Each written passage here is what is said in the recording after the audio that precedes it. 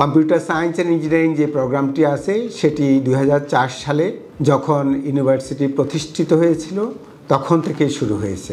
এই প্রোগ্রামটি বরাবরই আমাদের কোয়ালিটি সম্পন্ন একটা প্রোগ্রাম এবং এই প্রোগ্রামে আমাদের যে কোর্সগুলো সেগুলো চতুর্থ যে শিল্প বিপ্লব আছে, ফোর্থ ইন্ডাস্ট্রিয়াল রেভলিউশন, সেই রেভলিউশনের সাথে সম্পর্কযুক্ত করে আমাদের কারিকুলাম এবং সিলেবাসকে প্রণয়ন করা হয়েছে।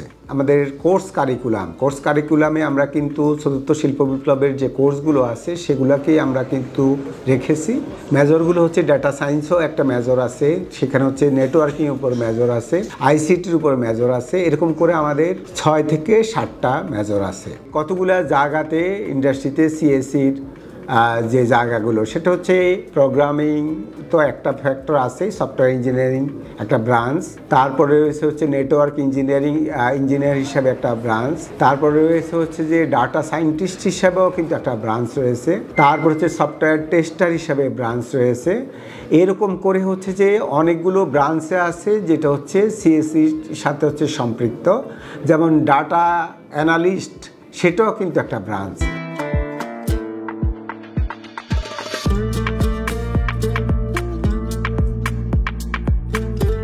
প্রোগ্রামিং পারতে হলে তাকে চিন্তা শক্তিটা কিন্তু অনেক প্রবল থাকতে হবে, কারণ চিন্তা শক্তিটা কিন্তু অনেক ক্ষেত্রে দেখা যায় যে ও চিন্তা করতে পারে না, লজিক চিন্তা করতে পারে না, থিঙ্কিং ক্যাপাবিলিটি কম। যেহেতু আমাদের ইন্টারমিডিয়েট পর্যন্ত যে শিক্ষা ব্যবস্থা আছে বেশিরভাগ অংশে হচ্ছে যে আমরা ওইখানে মুখস্থর সাথে সম্পর্কযুক্ত, যে থিঙ্কিংয়ের প্রতি আমরা জোর না দিয়ে আমরা কিন্তু মুখস্থর প্রতি বেশি জোর দিচ্ছি। আমাদের কিন্তু এখন 28টা ল্যাব আছে, কম্পিউটার ল্যাবে আছে হচ্ছে আমাদের 28টা, যাতে হচ্ছে যে ওরা হাতে কলমে এইখানে শিখতে পারে, যাতে ইন্ডাস্ট্রির সাথে ওরা গেলেই ডাইরেক্ট ঢুকে যেতে পারে। আমাদের সিসকো ল্যাব আছে, Cisco lab, software engineering lab, machine learning lab, data science lab, এগুলো থাকার কারণে ক্লাউড কম্পিউটিং ল্যাব, এগুলো থাকার কারণে যেটা হয়েছে আমরা স্পেসিফিক আমাদের কোর্স ওরিয়েন্টেড যে ল্যাব সেই ল্যাবগুলো অনেক এনরিচড অলরেডি। আমাদের যে ইউনাইটেড গ্রুপ আছে, গ্রুপ কিন্তু রিসার্চের জন্য প্রত্যেকবার অনেক অনুদান দিয়ে থাকেন, ইউনিভার্সিটি থেকেও প্রচুর অনুদান আমরা পাই।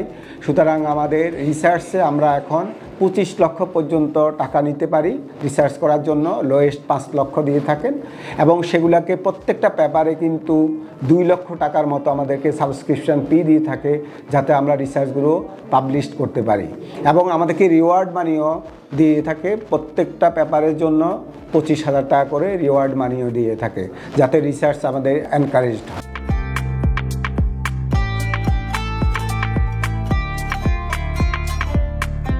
আমাদের সফটওয়্যার ইঞ্জিনিয়ারিং আমরা যদি দেখি, আমাদের এইখান থেকে আপনি বাংলাদেশের, এটা আমি জোর দিয়ে বলতে পারি, আমাদের বাংলাদেশের কোনো ইউনিভার্সিটি, প্রাইভেট ইউনিভার্সিটি নাই যাদের স্টুডেন্ট হচ্ছে, আমাদের 63 জন স্টুডেন্ট হচ্ছে বর্তমানে বাংলাদেশের বিভিন্ন প্রাইভেট ইউনিভার্সিটিতে হচ্ছে যে টিচার হিসাবে জব করছেন। নতুনদেরকে বলবো, আপনারা ভর্তি হওয়ার সময় কোন ইউনিভার্সিটিতে ভালো টিচার আছে, ভালো ডক্টরেট ফ্যাকাল্টি মেম্বার আছে, কোয়ালিফাইড জায়গা থেকে হচ্ছে পিএইচডি করে আসছেন, ইঞ্জিনিয়ার্স ইনস্টিটিউটে রিকগনিশন আছে, এই জিনিসগুলা দেখে, এবং ভালো সুন্দর ক্যাম্পাস আছে।